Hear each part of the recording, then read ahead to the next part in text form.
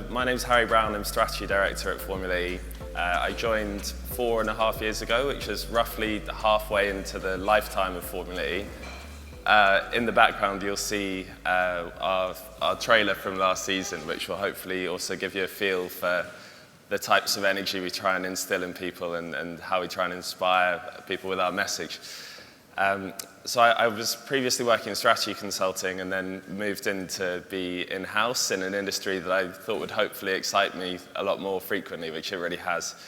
And so as I mentioned, Formula E is now in its 8th season. So 8 years ago we had our first race in Beijing, and since then we've raced all over the world, and we have some of the most amazing and most recognizable manufacturers such as Porsche, Mercedes, Jaguar, Nissan, all taking part in amazing, thrilling racing right in the middle of cities across the world. And so here we are. And then it was purposely in the middle of the cities to change the awareness of first electrification of mobility, right? And to change cities, and so they become playgrounds for technologies, creators, car manufacturers, and how cars were going to disrupt cities. Could you tell us a little bit of what are the outputs, the results? How far are you from that big vision? Sure. So 8 years ago, or 10 years ago, when our founder, Alejandro, had the idea, along with Jean Todt, the president of the FIA, the idea that you would have electric cars racing against each other in a high-level motorsport was really quite far-fetched. The technology was really right at the cutting edge at the time. And since then, we've come through our Gen 1 cars where the drivers actually had to switch car halfway through the race because the batteries didn't have the capacity to last the full race length, through to Gen 2, which is the cars that the drivers are racing at the moment, through to next season we'll launch our Gen 3 car, which is, we launched in Monaco a couple of months ago, and honestly looks amazing. And we'll be able to reach 200 miles an hour and we'll go 0 to 100 in 2 seconds. So it's a really incredible piece of engineering. And not only that, they'll be flying around streets that you can normally drive on, so it's really something stunning to behold. Taking it back, though, to rewinding the 8 years, it was really started with the ambition of changing people's perceptions about electric cars and electric vehicles, from in the UK thinking about milk floats and the very early, small, slow, lightweight electric cars. Now we fast forward on a few years, and the likes of Tesla and ourselves have really changed the perception of EV ownership and what an EV really is. And as a result, we've also broadened our vision about what we can do, away from just inspiring people about the possibility of EVs, but also we have a vision of accelerating sustainable innovation across society through the power of electric racing. And so that's what we try and do when we go into a city. Not only do we have a race which highlights what EVs can do, we also have a really festival in the middle of the city to show all sorts of incredible sustainable innovations and bring in really exciting companies to show people what the future could look like. Could we talk about two of your customers? One, your pilots. Was it difficult to attract pilots to drive those cars? I think initially, we're lucky that our founder, Alejandro, is a very charismatic man, and I think he had to use all of his charm and persuasion to really make people believe that this was going to be possible. But now we really have an incredible roster of drivers, some of whom used to be Formula 1 drivers, some of whom really at the top of their game, and we have a really incredible roster of drivers. Awesome. And if you could think of the end consumer, I remember your London race a few years ago. It was nearby my house, and I struggled to go and take a look. Who is the audience? Who are you doing this for?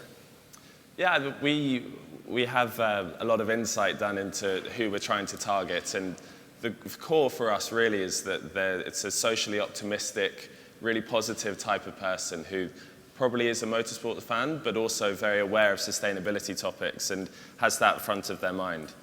And when we race in a place like London, that means also that we can attract people who live in the city and people can bring their families. We want to make it really accessible, which is really why it was really important to us to race in the middle of a city, because trust me, it's a lot easier to race on a circuit and a track in the countryside.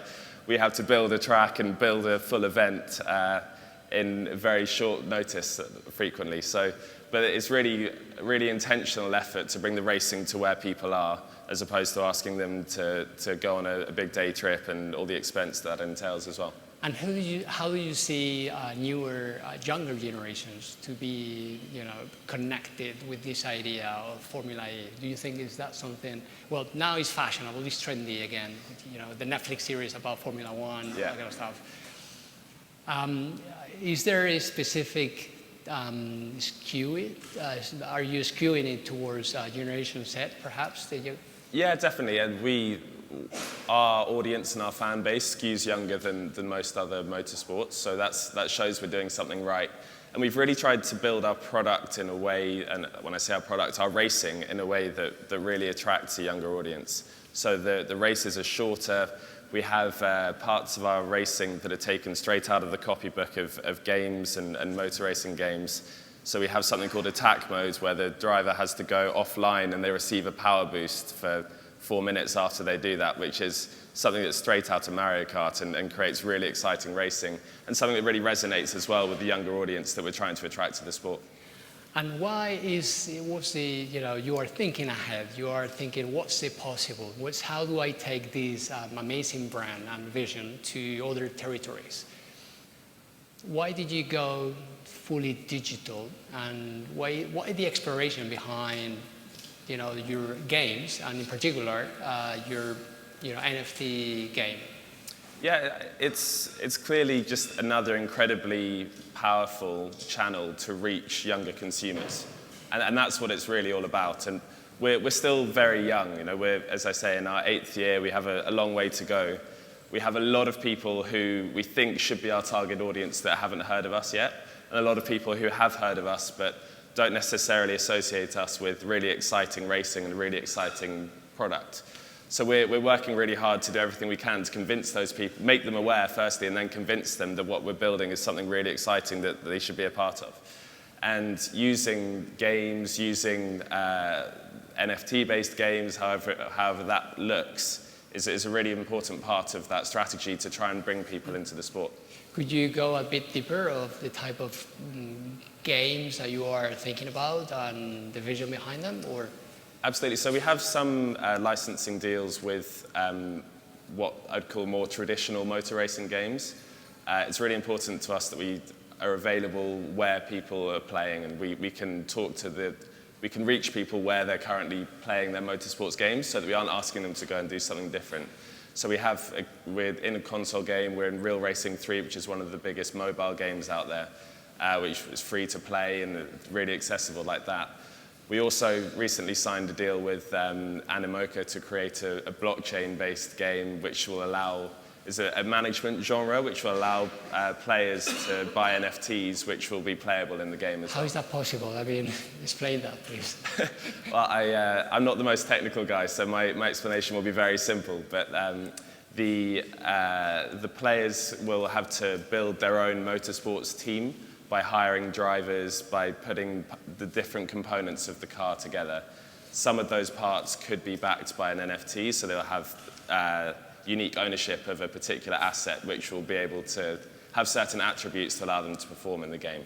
But really, that's one specific deal, but we know that we've got a long way to go digitally, that we need to reach people in any number of ways, and going down that route through NFT-based games is just one of the ways in which we're trying to reach people digitally and also to bring them to our real-world product. Okay, and in that journey, physical and digital, some people would call it phygital, which sounds a bit horrible, but what is the most challenging part of the whole thing? That's a great question. Specifically when we're talking about blockchain-based gaming, that's clearly very much in its infancy, and I think we all know, where we are in the hype cycle of that whole world right now, which has meant that when people hear blockchain attached to a game, they have a certain set of preconceptions about what it might be. And so we just need to make sure that we remove ourselves from that hype, and we figure out exactly what a cool product that's going to look like, regardless of people's perceptions of where we are with blockchain, and try and make it really exciting, really engaging them for them to play with, which is really what it's all about at the end of the day. And then back to the beginning of the conversation, true to your colors, you exist to change cities through amazing pioneering efforts in the car. But you're exploring different verticals and revenue models for, games and so on. But did you think that digital virtual part, we're going to talk later about the metaverse and so on, do you think that part overtaking the physical part? I think that when we look at what Formula E really is at its core, is it's incredible electric racing in the city centre on the streets. And when we are trying to reach people through digital and virtual channels, there's a fantastic way to raise awareness, fantastic way to engage people.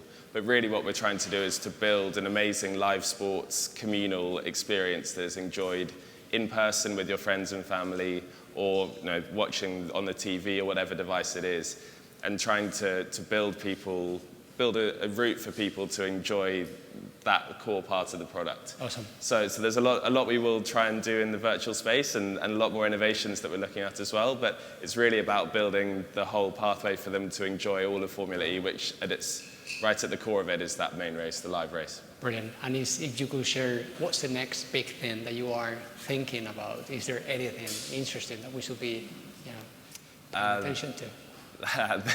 There are a few things that we're working on, obviously.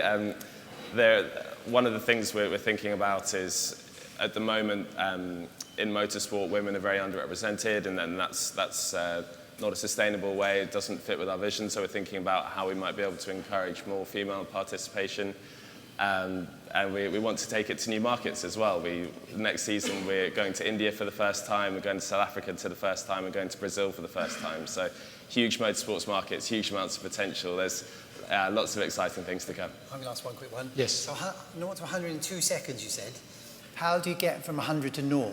And I wonder if there's any advances in the safety around that we might all benefit from, because that's a crazy speed at crazy quickly, and an old-fashioned airbag might not be helping around about that time. Yeah, we work very closely with the FIA, you'll be pleased to hear, to make sure that the drivers are kept very safe. But one of the innovations for Gen 3 is that we've actually removed one of the set of brakes, and instead there'll be more regen going on to refill the battery when people slow down. So actually we've removed one of the sets of hydraulic brakes, which I know at first glance less braking, but more safe and more sustainable. You'll have to trust me, and hopefully in January when the first race happens next season, we'll see it in action. The FIA assure me that it's safe. Right. Okay.